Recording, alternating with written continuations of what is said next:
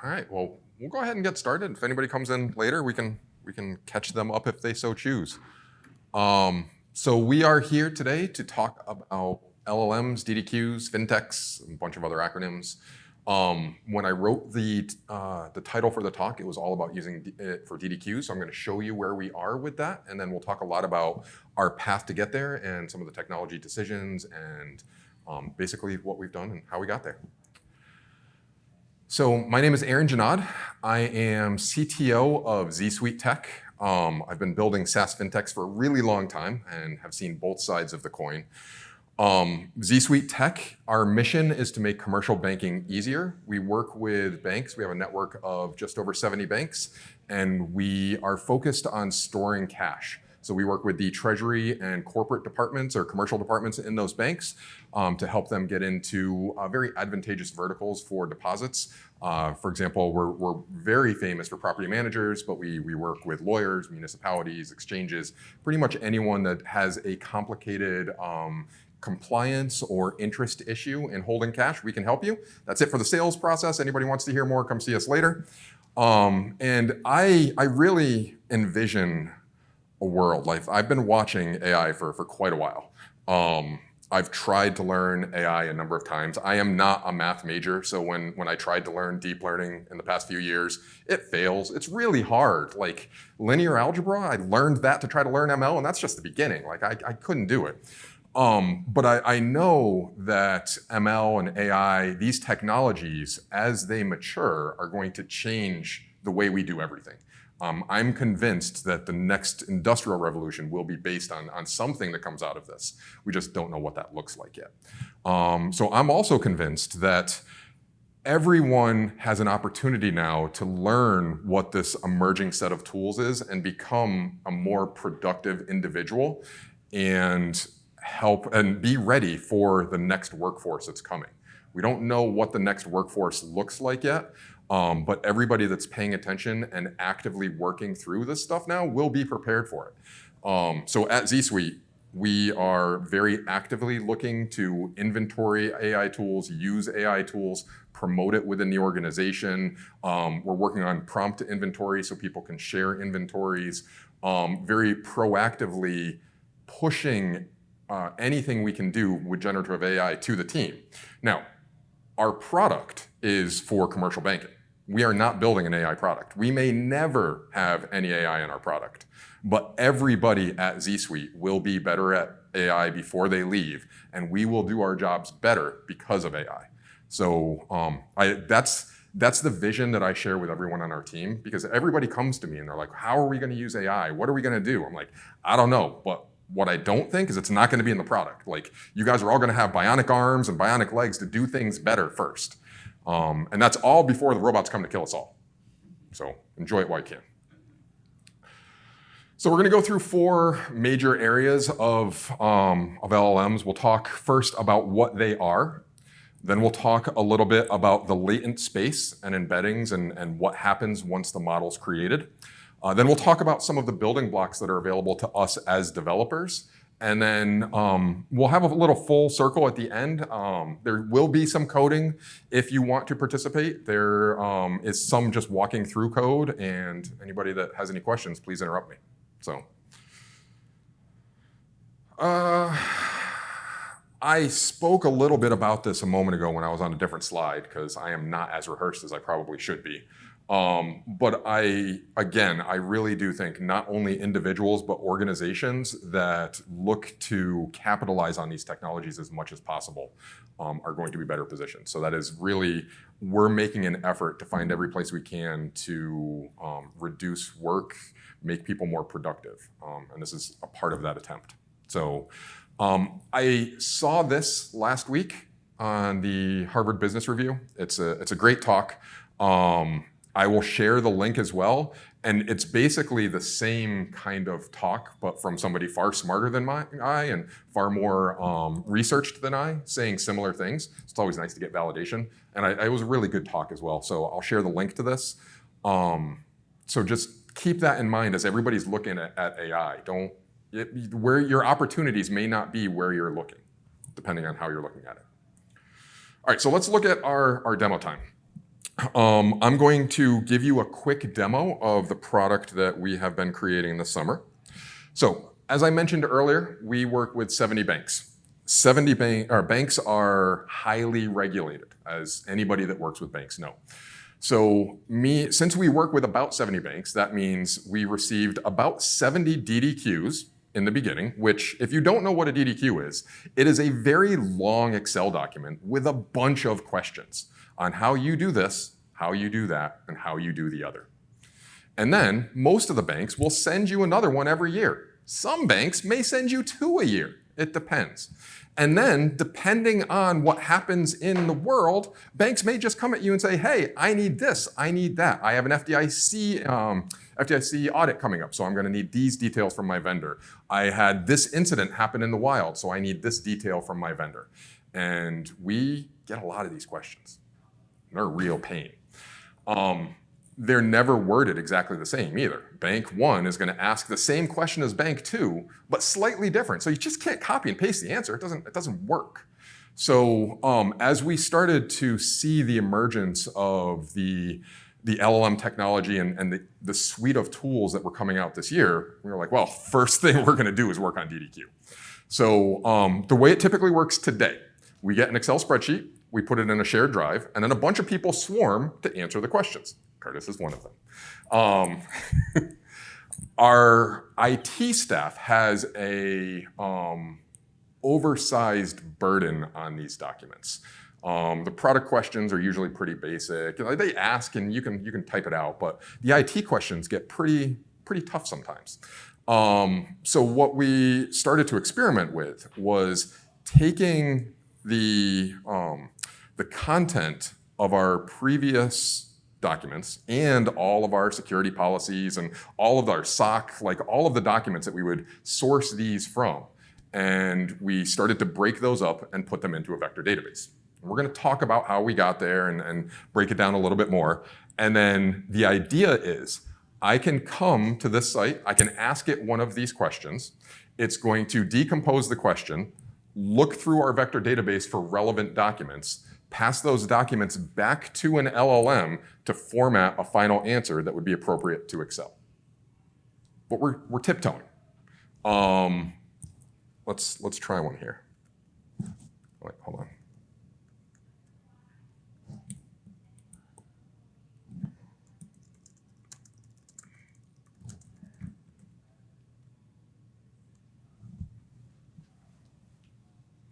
Cross my fingers.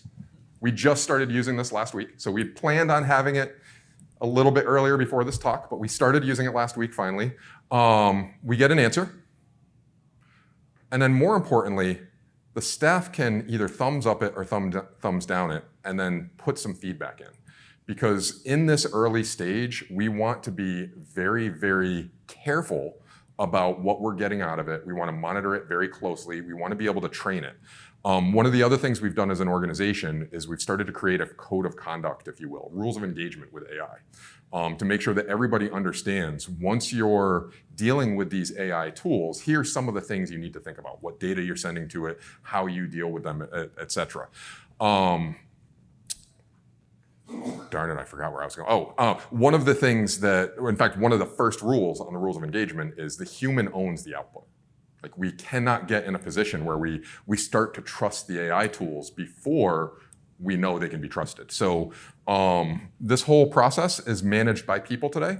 We have people that will come in and ask the questions, rate them, and then submit the answers back in. And we can ask a few more. The goal now, here, does ZSuite use contractors? This is a good one. They always ask that. I have canned ones, but this isn't out of the canned ones. All right, so this will, in theory, allow us, and again, it's all about displacement of effort. Right now, we have a security architect that comes in and looks at these questions and answers them. Well, he doesn't want to do that anymore. He wants to do more architect things. So now we're going to be able to take an analyst who's working with our architect. He'll be able to come in and look at all these, give them thumbs up or thumbs down. They'll be able to review them together and send them out. And the more they do that, the more we'll be able to build this corpus of data and the better it's going to get. And sooner or later, we may be able to take off the answer feedback and pluses and minuses and just start to rely on it more. We have a vision, maybe one day, even let the banks come to it and let the banks ask the question. But we're very, very cautious with any of that. We don't want to put ourselves in a position where the AI has produced some data that we're responsible for that just isn't accurate. So, any questions on I mean, this is just a little demo. It doesn't do much, right? But it does a lot at the same time. Do you go into how you like take the feedback and add that into like the model and stuff? How does that work? Yes, I go into how the data is fed into the vector database, and that's what's happening here. What we do is we have CSVs that get basically picked up by feeders, and you just take you take that Excel, you export it to CSV, you drop it in a place, and then it'll load it into the vector database. Yeah, it's all pretty, like we have visions. You can see up here, if I scroll up, we have visions of doing it in the UI as well. Like we're going to build it in and to be able to just come in and add direct knowledge to it as well. These don't work yet, truthfully. They're there for now. But so this thing, we put it together. Here, let me go back to my document over here. This is our first stab at actually using vector. Oh, yes, I'm sorry.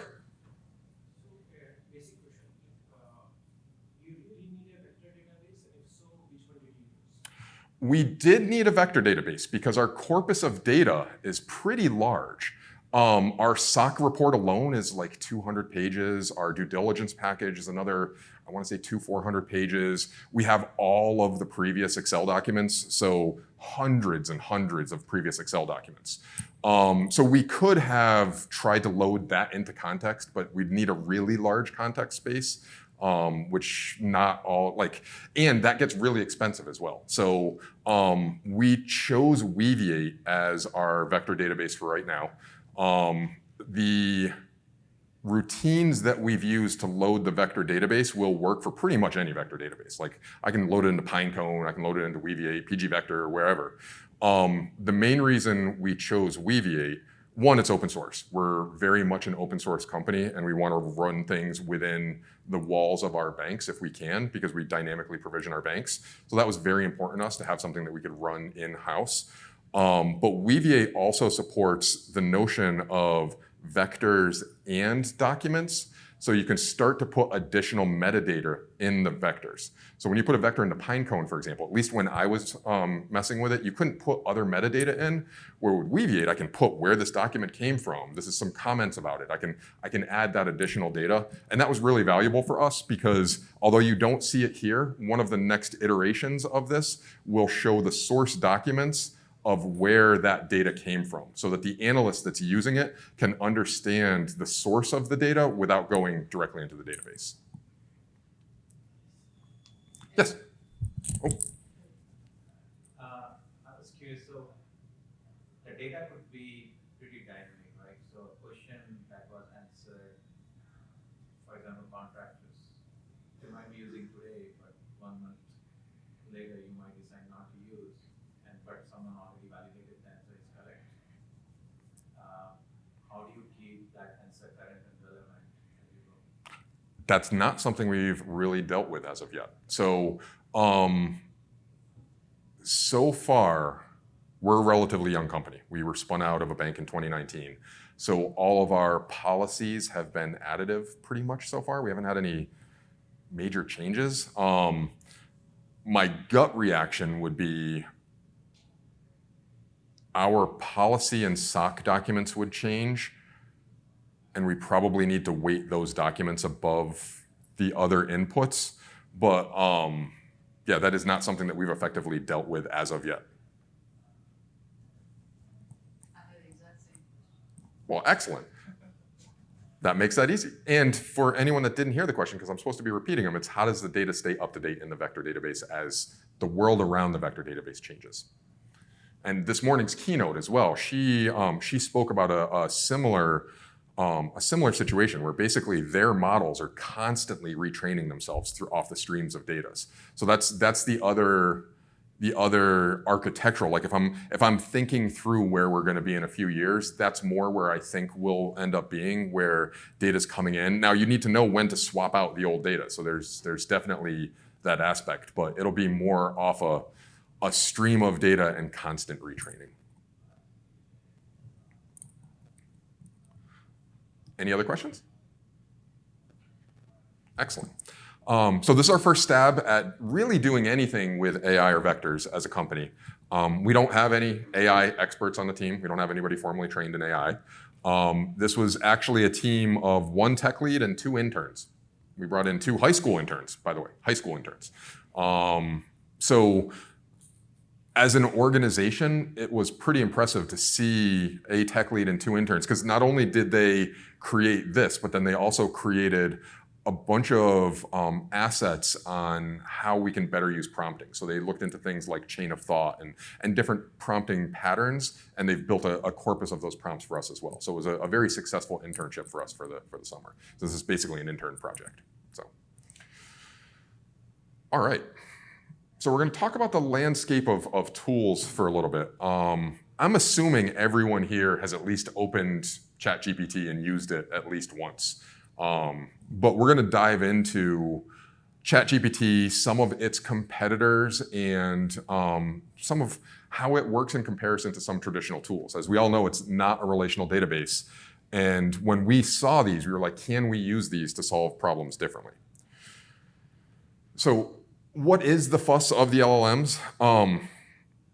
This really has to do with the deep understanding of our language. So we'll talk a little bit more about how the actual models are put together, and we'll have some graphics. But it's the fact that the models can actually decompose what we're asking and then reanalyze it that is actually going to be the thing that can make the difference here for us. So it's, anyways, I feel like I'm repeating myself. Let's go on to a workshop.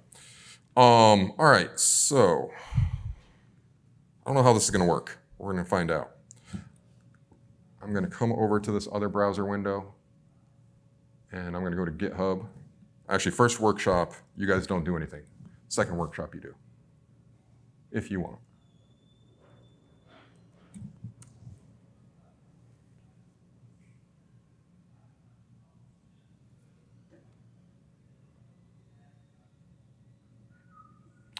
Okay, so I'm actually going to stop my code space real quick. Actually, no, I'll do that in a minute.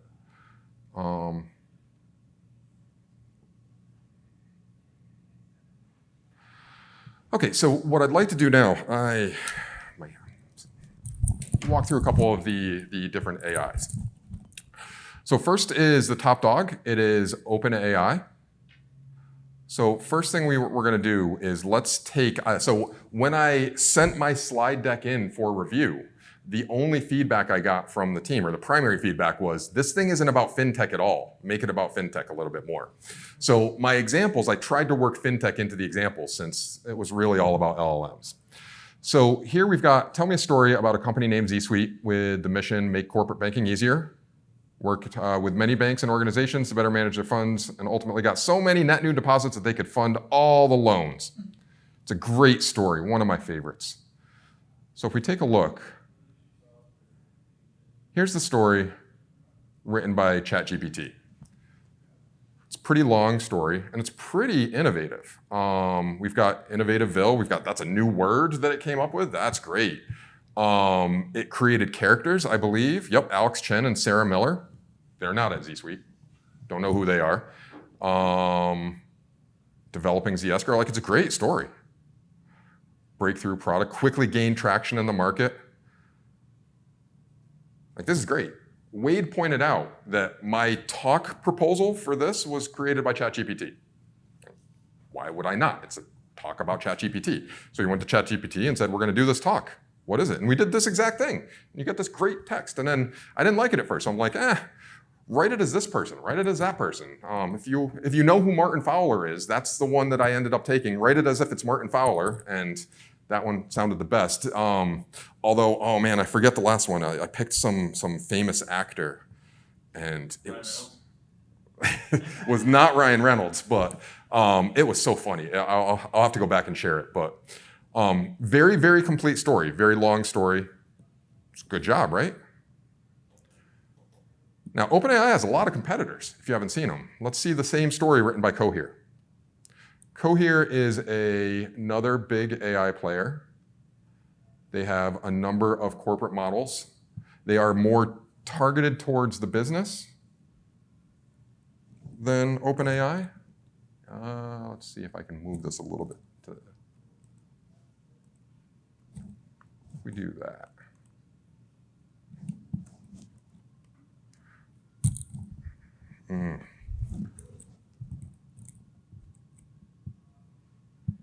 This is not good. Why you not do what I want? There we go. Please tell me a story. There, we'll go to the right side and hide. No, we'll just make this a little bigger this way. There we go. So Cohere's story, also not bad. A few years ago, ZSuite Tech, make banking easier, product was a success, more popular, banks use the escrow. Like, this is great. Sent it a sentence. Let's try another one. We've got Google Bard.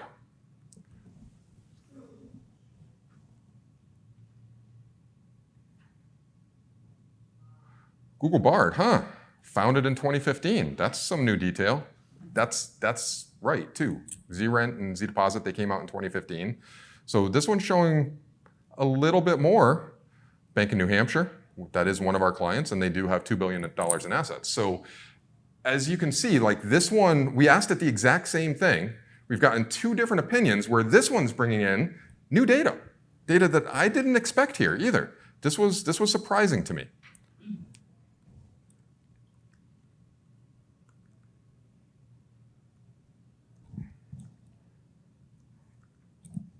Where is the document I'm trying to go? Oh, hold on.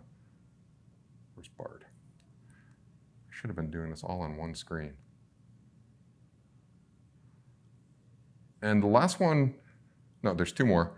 We did Perplexity next. Perplexity, if you haven't played with this one yet, this is my current favorite. Perplexity is really, right now, marketing itself as a research assistant as opposed to just a general purpose LLM. And it's really a fantastic tool that can really understand what you're trying to ask, break it down, ask you for more details. Perplexity is where I spend most of my time when I'm actually dealing with one of these. And again, same thing with Perplexity. It found some details. But then it also made up some details. So again, back to our rules of engagement, the human owns the output, right? We always have to remember the human owns the output. We can't just let these things go. If we go to the last one, then I did Claude as well. Claude doesn't let you link back out to it. And same thing. So this is amazing, right? I asked these things to create a story, and they're all really interesting, valid stories about our company. None of them are real, but some of them mix in some details. What if we go a little bit further? Let's try some research. Let's try OpenAI. What happens with what is fed now and when did it go live?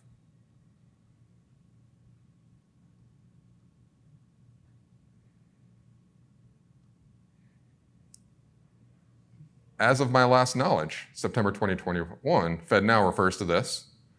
Now, it's a good answer. It is a very good answer. But it's also like, hey, 2021, because there's a knowledge cutoff for these LLMs as they get trained.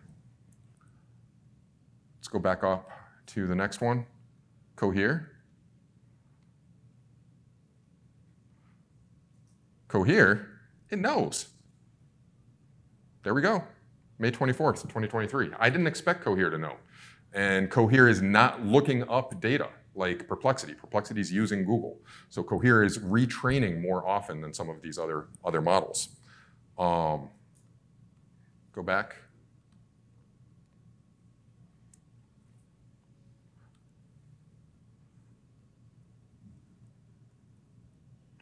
This was so much less boring in my head when I was walking through this. So anyways, we're not going to go through all of these. I will share this and everybody can go through all of them, but I went through a number of questions. I asked a bunch of AIs and got all of the answers and really started to compare them and look for this talk. And it is really interesting to start to go through them and understand how what they can do differently, because there's so many out there. I want to get a little bit more interesting here. One of the things that I want to talk through is context as well. We're going to talk a little bit through context later, but right now when I talk to the people on our team, I encourage them, like if you're going to go to Google and look something up, go to ChatGPT instead and start a contextual conversation. And you may get a different set of input, and it's going to help you along more. Like with Google, every time I go to Google, I have to build the context into my search. Where when I start with one of these models, I can say, hey, I want you to act as a Python tutor. Well, now I see async. Tell me about that. And you can just be additive to the context. So I'm not a Docker expert, but I've had to do a lot of work in Docker lately. And I'll tell you, I've got one of these threads open. I'm just like, hey, teach me Docker. And I ask it very contextual questions, and it gives me exactly what I want. I did the same thing with different file types. And I said, hey, make me a Notcha file going from this to that. And it did that too. Like these things are pretty darn amazing once you start to give it some context and ask it specific questions on the context. So definitely work to improve your prompting skills by giving it directions. It makes a massive difference. All right, so any questions on looking at the different LLMs? Excellent. Quick question. Does Perplexity have a known cutoff? No, they don't. Well, they must have one under the covers that the first thing that Perplexity does is it breaks down your question and understands what you're asking, and then it goes asks Google. And then it starts to assemble new sources. And then as it's decomposing your question and trying to understand how to answer it, if there's like things that it wants more clarity on, it's like, hey, do you want info on this, or the other? And then you get to guide it in its further training. That's when you turn on Copilot. It doesn't always do that. When you turn on Copilot, it gets extra special with looking at these different things. So there must be a knowledge cutoff somewhere, but they augment that with automatic searching of the internet. It's phenomenally good. All right, let's go back to PowerPoint. And we're going to start to talk about more on the under the covers with the models.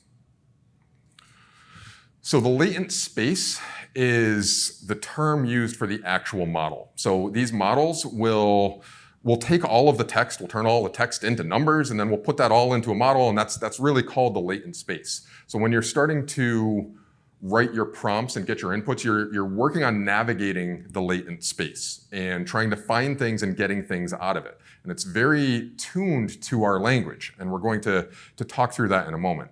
The models, they have more dimensions than we can visualize. So if we go to the next slide here, you can see here, this is from Cohere. Cohere has a great series of blogs on how embeddings work. And you can see puppy to dog and calf to, well, does everybody know where cow goes? It's pretty easy, right? This is the basic way that an embedding works. The embeddings have taken our language and they've plotted them out in a big graph. And they've given every word a number. And that word's number is relative to another word. So when you ask the LLM, hey, I've got a puppy, what's that of a cow? It can be like, oh, well, that's a calf, because it can navigate to that spot. Now, what you see here is 3 dimensions. We as humans, we can visualize 3 dimensions pretty well. These AI models, many of them are doing this type of graphing across 4,096 dimensions. That's not something we can visualize. So if you think about that relationship exploded out across so many different dimensions, that's how these LLMs are able to tie these different words together. It's really just a big database, it is, but it's a really intelligent database that's mapped well. Because remember, these embeddings are created by their own neural network. Like there are neural networks that take the words and turn them into embeddings, and they're very, very smart. In fact, I believe, yes, the next one, this visualizes that. All right, place for every sentence as well. Because as you take the words of the sentence, you can start to sum those up, right? And then in that same graph of 4,096 dimensions, you have all these sentences plotted as well. So you can give it a sentence and it can find a related sentence based on the numbers. On top of that, these neural networks that create the embeddings are very, very smart. They will they'll take the order of the words into account. They'll take punctuation into account. They're very smart to make sure they're keeping the semantics that we use in our own language. Any questions? This kind of blew my mind as I started to research this and think about it and understand it. So they have, I probably didn't get it. They plot the words into these 4,000 plus dimensions, and then they plot the sentences. How do they correlate the word and sentences? It's really all in the same embedding model as I'm understanding it. Like I'm not an AI expert, but it is one model, and in my naive mind, the words are plotted in a different place than the sentences, and they just have different numerical relations, and it can relate like a word to a sentence and then know the difference and use them, because it has to be able to, right? But this goes beyond my understanding of how it works, but it is just one model. So the individual letters and the sentences or words are all in there. Okay. So one quick question, kind of going off of that, might be outside the scope here, but I mean, we were just talking about the different types of models resulting things differently.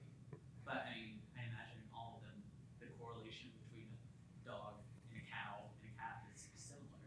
So where do those variations start to occur? Yes, so the question is, if this is how the embeddings work, once the words are turned into the numbers, why do the models have such different things? And it's in the actual, there's at least two models that happen. One of the things that we think we've learned from OpenAI, there was a leaked post from somebody, I don't know, a few weeks ago, where somebody said ChatGPT is about 8 models. Right? It's not just one model. So, and you can really see that with Perplexity too. When you enter your question into Perplexity, the first thing it does, it says, I'm analyzing your question. So it's running it through a model to analyze and figure out what you want. Then it's going to run it through another model to go do the search. So when you're doing these, the first thing that it's doing is that first model takes your words and turns it into numbers, but then the numbers that you choose to put into your actual model that'll do the LLM is where that difference comes in. OpenAI will vectorize this corpus of text. Cohere will embed this corpus of text, et cetera. And then their models vary based on where they get the data, how it's presented, et cetera. We don't have to do that, but that always stops me. It's in the previous graph there. What are the X's? And as you explained, right, real life model has over 4,000 of these dimensions, right? Yep. But what are they? Do they correspond to anything? Why is there 4,000? This is, I can't answer that. I have no idea. And I think one of the things that I've seen coming out of AI, explainable AI models is something that the entire industry is really trying to move towards and understand what the model is outputting and why. I think in some cases, not being an AI and an ML engineer, there's still questions on how it works. So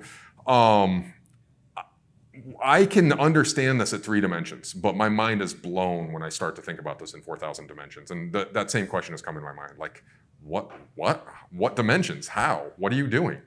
But that's somebody with a math degree's got to figure. They got to know that.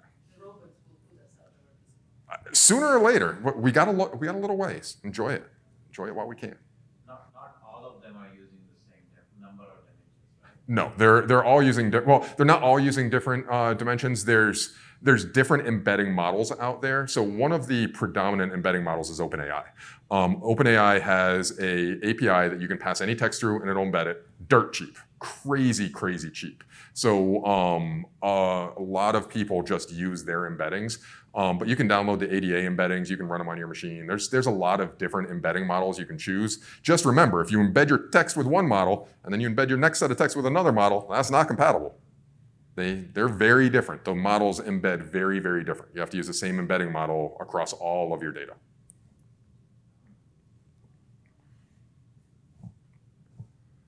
Any other questions on embeddings? Sweet. How are we doing on time? Oh, wow. 45 minutes in. This is good. All right. Place for every word, place for every sentence. All right, so context and memory.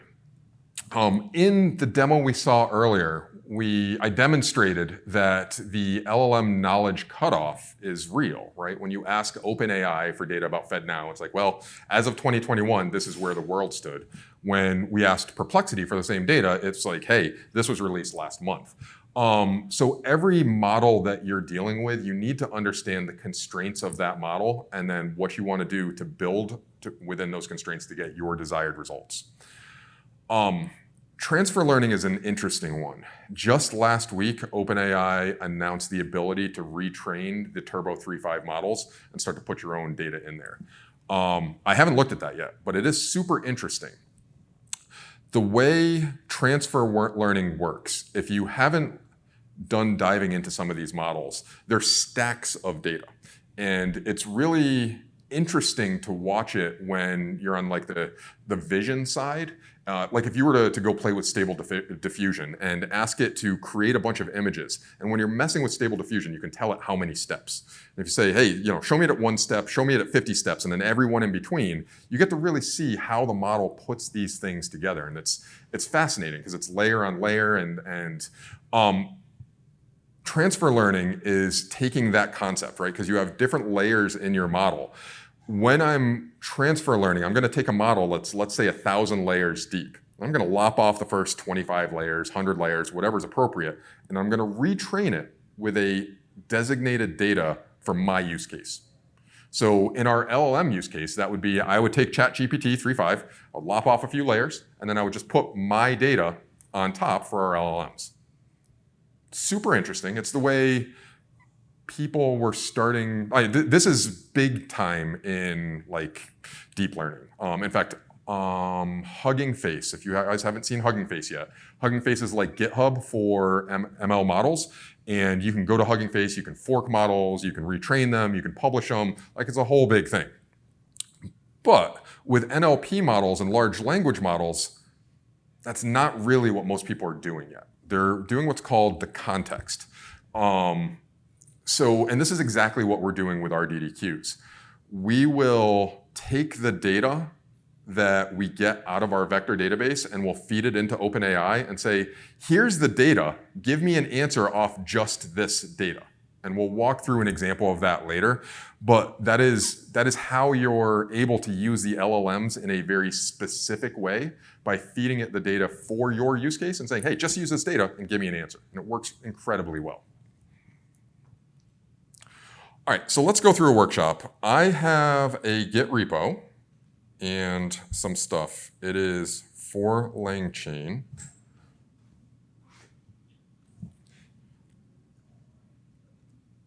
Anybody that wants to do this, you are welcome, or I will just do a demonstration and we can go from there.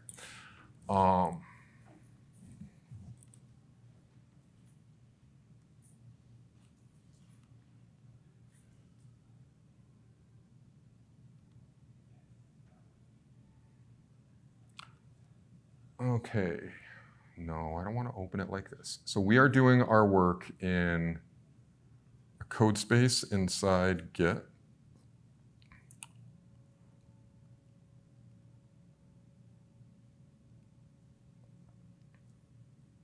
that GitHub open to public or is that?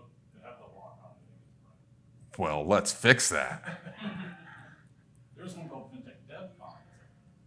That's probably from 2 years ago. We're going to fix that right now. No, it is from 2 years ago. This is our second time presenting here. Why are you not letting me go to settings? You must have a mobile dialog somewhere. I'm going to do this on this window, and then I'll move it back over in a second.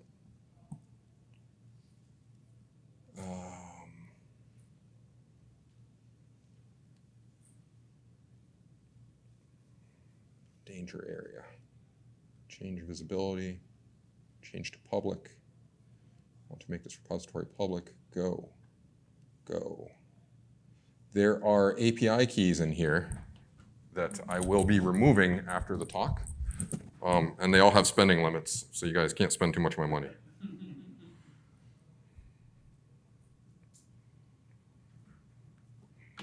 Okay. So we should be good. You should be public now, I believe. Okay, excellent. You can just open it in a code space. So to do that, click right here. Open in code space. If you do open it in a code space, the first time you open it, it's going to ask you to install a couple extensions, the Jupyter extension and the Python extension. After you install those extensions into VS Code, you will need to restart VS Code for IntelliSense to work. It's a bug in the process. I found it this morning. So if you're not getting IntelliSense on the LangChain stuff, just restart code. You can do it in a browser too. I think you'd have to restart the browser. Just that tab. And we're going to come over to the code.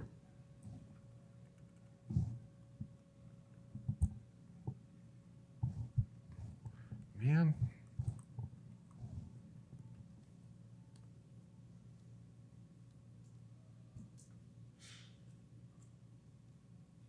Oh, I know what my problem is.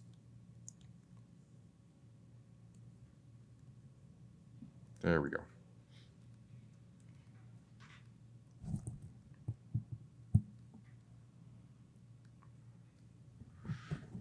Okay, so in 2.ipnnyb, or this notebook, that's where we're going to be working. For anybody that hasn't worked in a Python notebook before, they're really, really handy. Has anybody not worked in one of these before? Anybody want a quick? Okay. All right, awesome. So a Python notebook, these are Jupyter notebooks. You can run them either in VS Code. You can also run them in Jupyter on the web. It's a mix of markdown content and code, and you get to interactively write the code and run the code and change the code.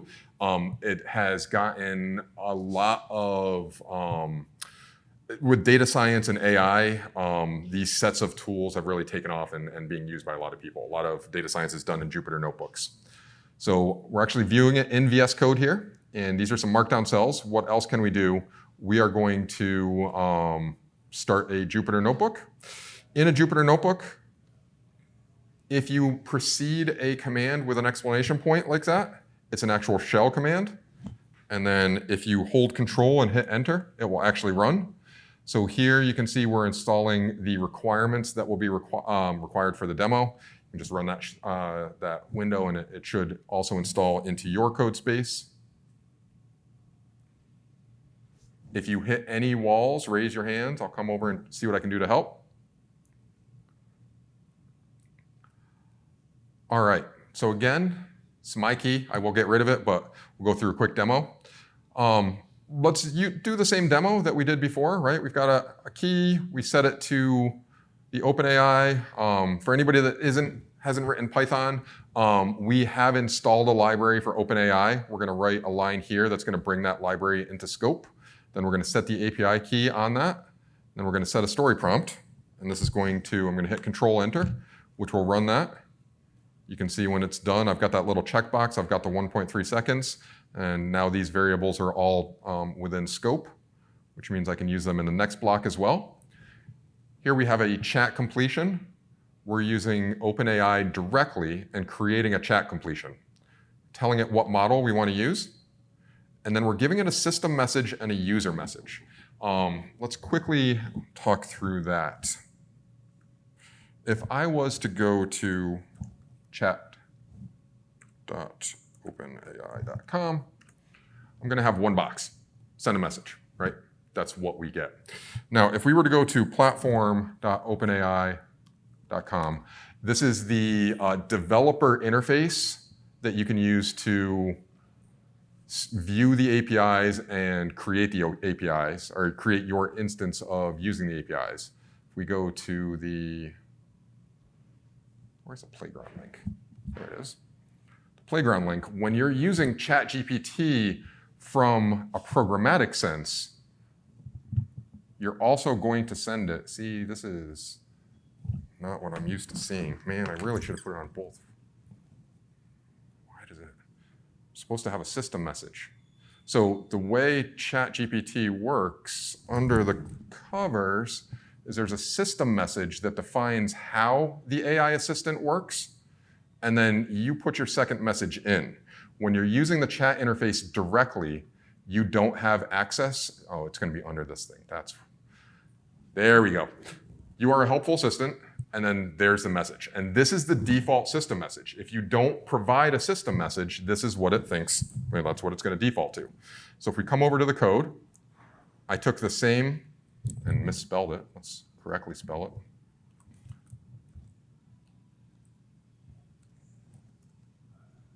And if we run that, we're going to get an authentication error.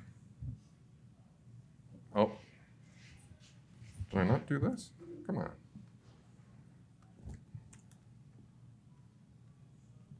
Why am I timeout? What? Incorrect API key? Grr, okay. Well, so the API key that's in my repo no longer works, and I don't know why, but what you can do is you can go to your own platform.openai, and you can create your own key.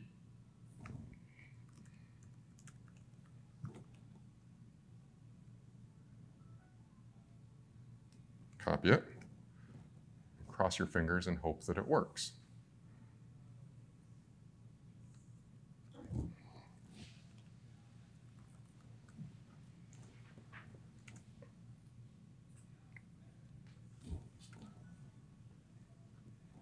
There we go. Okay. So it's going to take about 20, 30 seconds. It's going to be very similar to the story we saw before. The only difference is instead of instantiating it via the UI, we've now instantiated it via code. We're using OpenAI's code libraries directly. There's another library out there. Oh, there's our story. Again, it's very similar. With that temperature, it may even be the same. So there's another library out there called LangChain. Has anyone in here heard of LangChain yet? Got a couple people. A few people. All right. So LangChain is a library that's built in both Python and in JavaScript, and it is meant to be the glue between LLM components. With LangChain, you can do things like build agents. You can use all of the different LLMs. You can build chains, have prompt templates.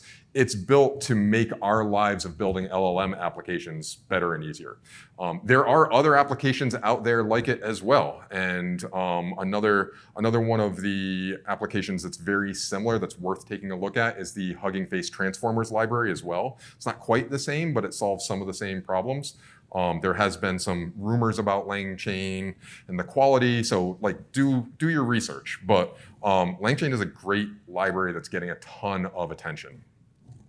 So we're going to use some LangChain. It has 6 different components: the models, the chains. So models are wrappers over the actual LLMs.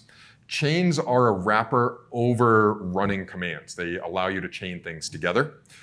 Prompts, there's a set of templates, so you can create templated prompts, because typically, like when you're asking a user for a thing, you're just asking them for a portion of the prompt, and you want to take that thing that they've entered and inject it into a larger prompt. So LangChain gives us tools for that. Indexes, this gives us the ability to bring in external data into LangChain. So this is actually how we're feeding our DDQs into LangChain as well. Memory is another spot that you can put things into what it can remember as well. You can actually just jam things into memory inside a chain as well. And agents will make decisions and run commands separately. We've got an example of agents. They're really, really cool. We'll go through those in a second. So if we take the same example, We're going to, this time, bring in the OpenAI chat from LangChain. We're going to bring in an LLM chain, which is going to allow us to run the commands, and then a prompt template. Here's our prompt template. Again, it's very similar. In fact, it's the same. And then we're adding our details here. And this is, again, advantageous because if we wanted to start to parameterize these, maybe have a UI where they're being sent in, this would allow us that type. Yeah. Here, I'm just doing it as an example. We're going to take the key. We're going to create a new OpenAI. Now, this is an OpenAI wrapper. This is the actual LangChain wrapper, not the same OpenAI that we have up above. Then we're going to create a chain. And we're basically telling it what LLM, what template, and then if you include verbose equals true, it will actually show you the computation as it's working through it. And then we're going to call that chain with these inputs. As you might imagine, the output is going to be pretty much the same as every time I ask it to write this story. So we're not going to sit here and wait for it and watch it. But you can start to see how LangChain can help you build applications. If we scroll down a little bit, you can see here, it's telling us what the fully formatted prompt is before it went off to run it. And there's the finished chain with the text that came out of the API. Now, what's interesting, again, because LangChain's a wrapper, we can take that exact same prompt, exact same story inputs, and run it through Cohere, just by creating a Cohere chain instead of an OpenAI chain. Same thing, it's going to show us what that is and give us our answer a lot faster.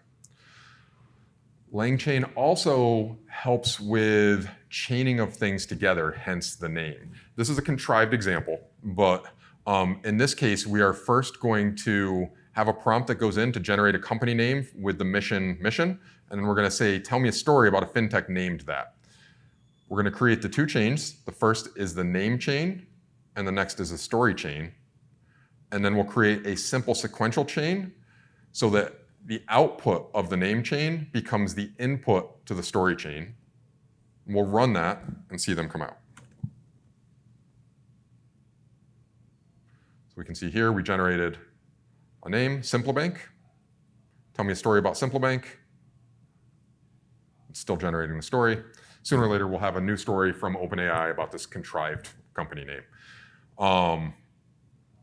There are other sequences as well. You can use just the sequential chain to start to pass multiple items in and out and then chain multiple items together and get them out. So I didn't add this in because it's a little bit more complicated, but that gives you the ability to really have some powerful chains of putting things together. For example, there's different prompt patterns out there for like chain of thought, where you ask the AI, hey, something like, hey, give me 5 business ideas, and then rate the 5 business ideas, and then go in and elaborate on the first one. And you build that into one chain, so you just ask it the one time, and it just keeps iterating on it. And that's a good segue into agents as well. The idea of an agent in LangChain is very similar, except it's going to figure those things out on your behalf. The agent will decompose what you're asking for. It will run it through various tools. So here we can see we have added Wikipedia as a tool. So now, anytime I ask a question, if it's not in OpenAI, LangChain knows it can go to Wikipedia and get the data and then feed it into OpenAI to get the longer answer. So if we run this one, how old is GPT-4? I need to use Wikipedia to find the information. There's the Wikipedia article. I found the information. According to this information, there we go. GPT-4 was released on March 13th, 2023. And I didn't have to code that, right? The agent figured out what it had to do, looked up the data, and then made the final text for me. Any questions? I think that's the extent of my LangChain demo. Any questions? Anyone want to try to hack anything else together? Thoughts? So going back when you were talking about OpenAI, the system versus the user, is that just setting the context, or is there something more, I guess, special about that system input? I am going in the next demo. So the question is there something special about the system message versus the user message? And yes, there is. In the next demo, I'll actually show a concrete instance of a system message that makes a difference. But let's come back up to this example real quick. And because I did this earlier and it was funny. So we're going to do it here too. Where did that go? It's up here. So you are a unhelpful assistant that mocks every question. So, oh, what's wrong? Has no attribute, check completion. What do you mean it has no attribute? Check completion. I just ran this. Do I need to run this one above it first? No.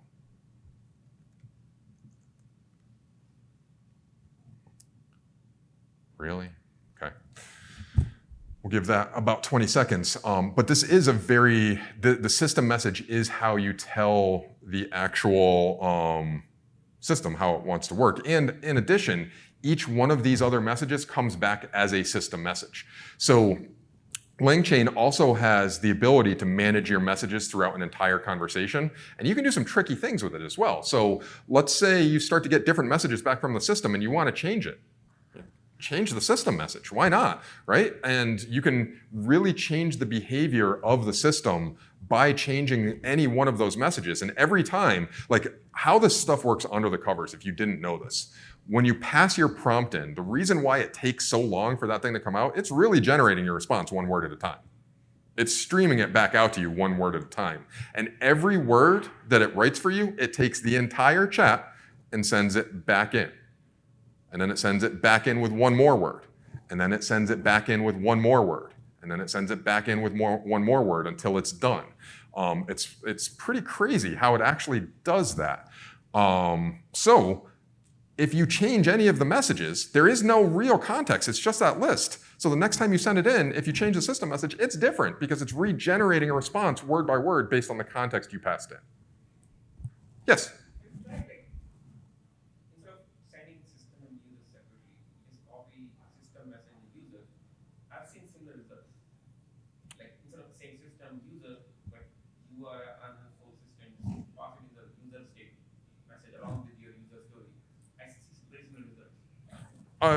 So I think what you're saying is if I was to change this system message to a user message. Like, don't even send system message. Whatever you send in system, copy it in user. Like, just concatenate it to things. I see similar output. Yeah, I haven't experimented with that much. I do think it weights them different, but I don't know enough about the weighting to know what kind of impact it'll make. I do know all of the text that goes back in gets used in the context in the calculation of the next response. But for anyone that didn't hear the question, I believe what you're saying is in your experimentation, you've experimented with changing system messages and user messages, and you haven't seen much of a difference. I just said one continuous message. System plus user is in one string. I see the reason. All right. Well, my next example, I will be using two different messages, and you'll see the contextual difference between them on why it needs to be two. Now, what I haven't done is tested. I do it as a system and a user. It could be just as effective as user and user. I will do that testing, not today, because that next example isn't working. We're just going to walk through the code. All right. Any other questions? All right, sweet. Okay, so building blocks. There's LLMs everywhere, and they're popping up all of the time. Bloomberg announced one. There's open source LLMs coming out every day. There was a new coding LLM that was announced earlier today. I forgot who it came from. So watch the ecosystem. Understand what models are out there, what you might be able to use them for, experiment with them. Just play around. And the ecosystem of these tools is growing. It's funny, when I watched Stable Diffusion when it came out a little bit after this time last year, and I remember commenting to a couple of our coworkers, I have never seen an open source community flourish so quickly. Like we had so many Stable Diffusion open source tools within such a small amount of time. And then ChatGPT landed and it made Stable Diffusion look like a joke. We have new products every day, new open source libraries every day, new companies every day, it's almost impossible to keep up with the movement in this arena. So, but it's worth it. Spend some time doing it. We've kind of already talked about what a vector database does, but we'll talk about it again real quick. So what we did for our DDQs in the vector database, we took all of our policy documents, our SOC, basically all the documents that we maintain that we give to the banks for our various due diligence, as well as all of our previous due diligence documents. We converted all of it to just straight text, and then we chunked it. So we have 200-page documents that are all chunked into blocks of text that are maybe 5-10 lines. And all of this text in these 5 to 10 lines is then annotated. Hey, this came out of this document. This came out of this document. It's from this place. And then we take the actual text, vectorize it, and we put all of that into Weaviate. Then when I come back, and that's what the vector database side is. Then when I come back and I ask that question of the vector database, hey, how is remote access handled at ZSuite? It'll go through and find the documents that are most related to the question, and then just feed me back the documents. That's it. It's not feeding back any kind of decision. It's just saying, hey, these 5 documents, these 7 documents look like they're what you're asking about. And that's what the vector database does. It helps you find related data based on the embeddings. Because when you go and query the vector database, your text that goes into the vector database, the first thing that happens, it gets embedded, right? You take your letters, you turn them into numbers, and then you take those numbers, pass them into the vector database, and then it gives you back what it thinks matches. Another advantage of Weaviate as well in our analysis is Weaviate does handle the embeddings as well. So when you're dealing with the API, you don't have to deal with numbers. You can deal with strings, and it'll do it for you. You just tell it what embedding engine to use. So we've had really good luck with Weaviate. This is just a quick list of the LLMs that we've been looking at or that I've been looking at. On the left-hand side are these are all commercial players. On the right-hand side are all open source players. Be careful with the open source players. Some of the open source players were trained on data that cannot be used for commercial purposes. So it's perfectly fine for you to download the model, use it for anything personal, but you cannot use some of those models for commercial purposes. So make sure to read the terms on your models as you go to use them. And the ecosystem of tooling, again, this is growing faster than anything I've seen in my career. If you haven't taken a look at Hugging Face yet, they are a major player. They are the GitHub of AI and ML. They have a number of courses as well, video courses that are just outstanding. Their NLP course is very, very good. It is time well spent.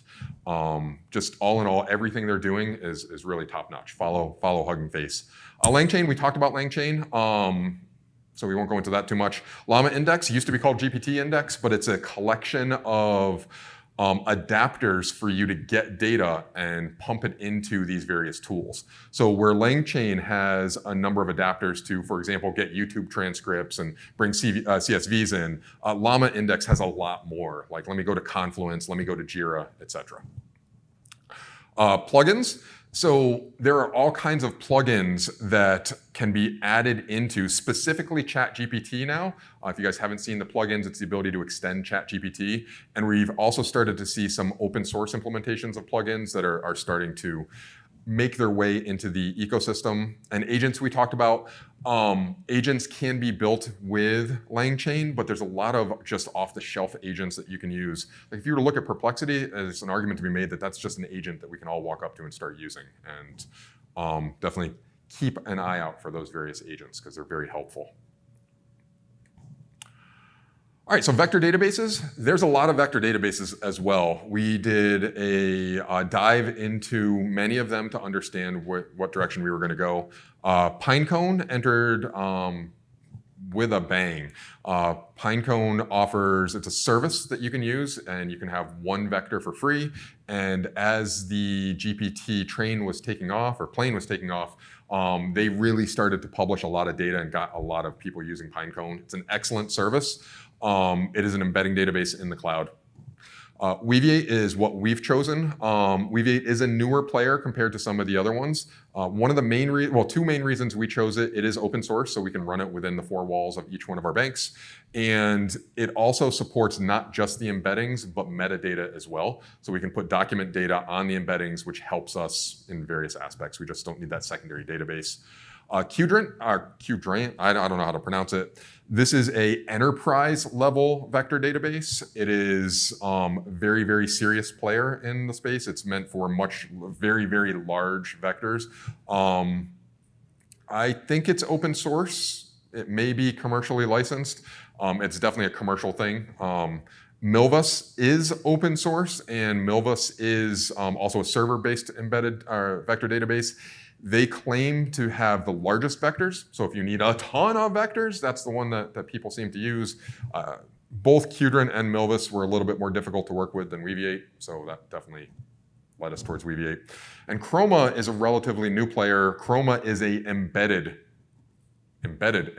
So where Pinecone, Weaviate, Qdrant, and Milvus run as a service in your infrastructure, Chroma actually runs in context of your application. So it's an embedded database that you run directly in your LangChain application. There's others out there. These are the ones that caught our eye. Questions, thoughts on any of this?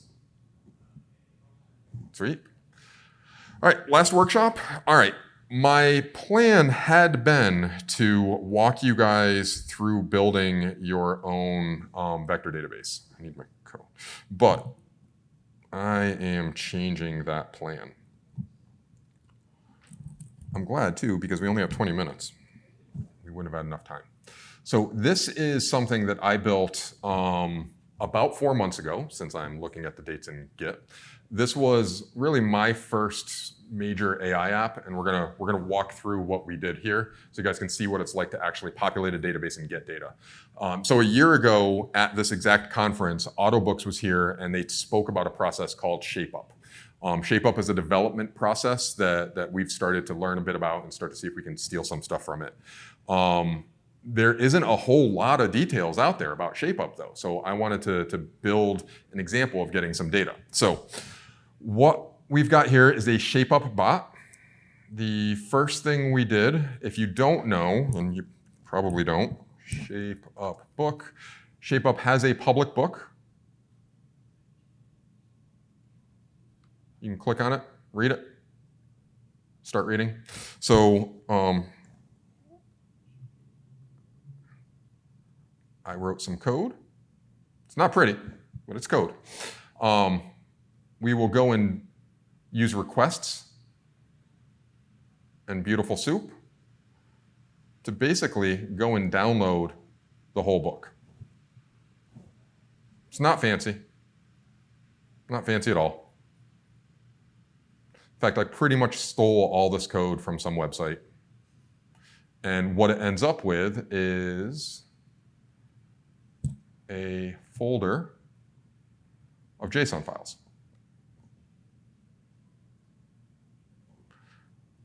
Then the other major source of data was YouTube. There were a number of YouTube videos about ShapeUp as a process. So LangChain allows you to download transcripts. So again, real simple here. I've got a folder where I'm going to put them. I've got go get, or here's a formatted URL. Here's the IDs of all of the YouTube videos that we want to mark. I have some very technical ways to know which ones didn't work. And then go get the YouTube loader, load it. Like, how much easier could this be? List of YouTube videos, and now we have a bunch of transcriptions. 30 lines of code. It's great, right? So if we were to take a look at the YouTube transcriptions, there they are.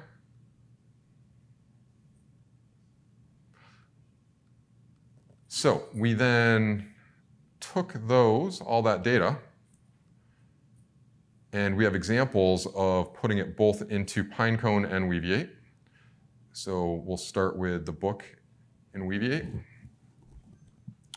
So we have our various libraries that we're using. BS4's Beautiful Soup. Tick token will take text and tokenize it. We've got OpenAI, LangChain, and then Pinecone. This isn't hard, guys. We go and open the files, like that's basic Python. My Weaviate server is running on ZIF on port 8080. Here is the definition of the actual index for Pinecone. So you do have to tell it a little bit about what's going in. Or is this Weaviate? Yeah, no, this is Weaviate because this is, yeah. So you tell it what's going in. Here's our source type that's a string. Here's the URL that's a string. Here's the actual, the ints, right? The numbers, the actual vector. And then here's the original text. And just jam it in there. For each one in there, print it, create class.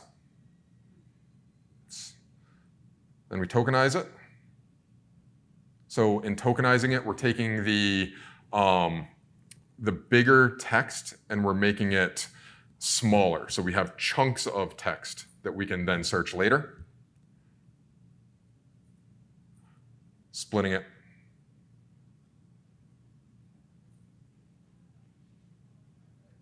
And ultimately down here, adding a data object. So it's all pretty much boilerplate code, not a lot of complicated stuff going on here. Now, where it gets interesting, let's take a look at how we query it. And this gets into the two-part text as well, or two-part prompt. We've got our key up here. We bring in our Weaviate library. We are going to need to tokenize our input as well. And we're going to need to split that as well. No, I'm on the wrong one. I need to index, no, hold on, I need to query Weaviate. There we go. All right, so up here.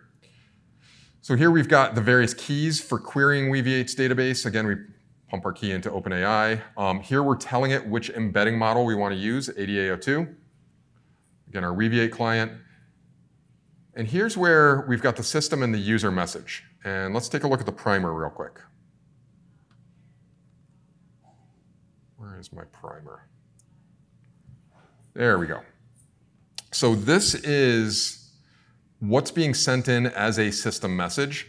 To your point, I would like to test this as a user message and see if I get any different results. But here I'm giving it very specific instructions. You're a QA bot, you're highly intelligent, and you only answer questions based on the information provided. Elaborate and give examples where possible, provide as many details as possible. The information cannot be found, say, I don't know. And this is the purpose of the system message, is to set the model up. And then here, we can ask the model, if our question is, what is breadboarding? We take that question, we run it through the index, and then we get the result. So, okay, this query is actually on, where's my result here? I wish this was working. I tried to get it working. There we go. So this is the result that we get out of my vector database. Now notice, breadboarding is a prototyping technique borrowed from electrical engineering. Our breadboarding in ShapeUp is a very specific form of diagramming. And if you ask Google for what breadboarding is, it's a electrical engineering practice, and you'll have a bunch of pictures of various little circuit boards with wires hanging out of them. And our index here knows that in the context of what we're asking, breadboarding is not. It is a prototyping technique. So we've been able to get a very English response by taking those documents from Weaviate and then running them back through ChatGPT to get the final response.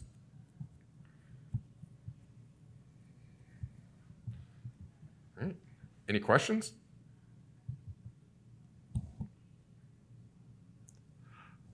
That is all I have for everyone, which means we're 14 minutes early. Does anybody just have any other general questions or any topics that they'd like to talk about? I must have just blinked. How did you get it transcript from the YouTube? We have index YouTube. Oh, I'm sorry, hold on, download YouTube. Here we have a list of the different IDs of the videos. And then we're going to basically, this does it right here. So it's a list map transcript for ID. So transcript for ID is a method that takes the ID of the video, and then it just does the loader, and it actually goes and downloads it. So this line here will actually iterate through all of the videos, calling that method for each one and downloading it. Yep, we put them into the vector database. I have a different notebook for each one. It goes into the vector database in the here. Well, this is the book, but basically you set up the index there, what it's going to look like. You go through each one of your documents.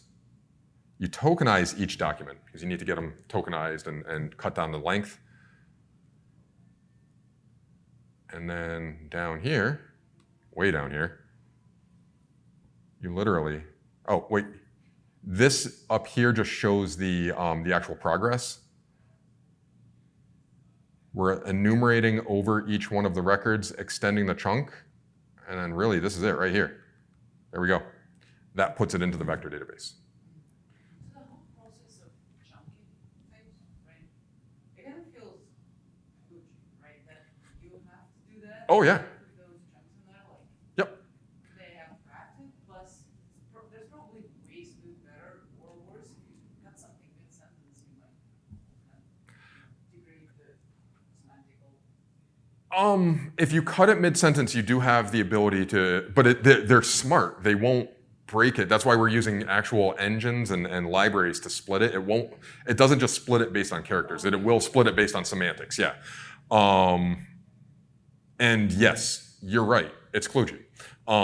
It's funny, I saw in, well, probably, if you talk to data scientists or AI people, it's clear to me at least that most of the effort that data scientists put in is in the data prep.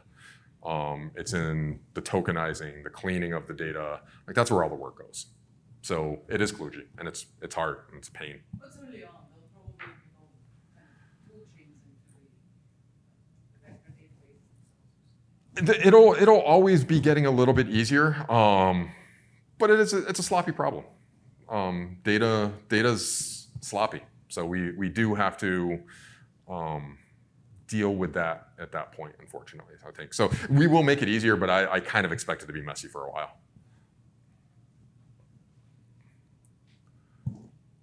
All right, well, I have a thank you. So, full circle, yeah, blah, blah. Q&A, thank you, everyone. I really thank everyone for coming to this talk. I hope you got something out of it. And I want to thank Moov for having the event. And oh, yeah, Mike. Yeah. Formulating in my head, because this is all very new to me as well. Yeah. But, I've done a little bit of experimentation with just like an in-memory vector store. Like, based off your experience, like when is the right time? Like, there's a lot of convenience in doing that. Like, is there a right time to use? You know, I'm not only seeing like before you mentioned, but like a bunch with LangChain and the Node.js library that you can use. Like, is there a good time? Like, what are the limitations to the in-memory vector store? Like, why move off that? And maybe you already answered that question, but again, I'm trying to piece it together in my head. I didn't, and it would really be based on your use case. So in our use case, we wanted to run a vector database as a service because we have a lot of documents to feed into it, and we just kind of wanted it running over there. We envisioned building a number of these across different aspects of the company. So we're actually building it with the intention of having, a support vector database and a this vector database and a that vector database. And we've also discussed at what point do some of our queries cross those as well. So us choosing Weaviate does kind of lead into a larger strategy of us trying to figure it out. That being said, depending on what you're doing, an embedded database, like we were going to be working with an embedded vector database today. The main downside I would see is the hydration time every time you need to restart whatever hosting you're in. So if you're talking a couple of megs of data, your rehydration time is probably fractions of a second, but you got 40 megs or 40 gigs, your rehydration time. So you've got other things to think about and memory constraints at that point, because a persisted vector store will put it on the storage system, but then an in-memory is going to be a lot faster. So Cool. Yeah. Awesome. Thanks. That helps. no problem. Yeah, this whole experience has definitely blown my mind. Like I said, I'm not sure exactly where this is going, but I know I'm on the train. All right, thank you, everyone. And I'm also supposed to ask you all to rate my session, and I don't know what that means because I haven't seen a place to rate sessions. No, it's in the app. What's in? Rate my session in the app. Thank you. See? So much clearer. I've learned so much today. Thank you. Thank you, everyone.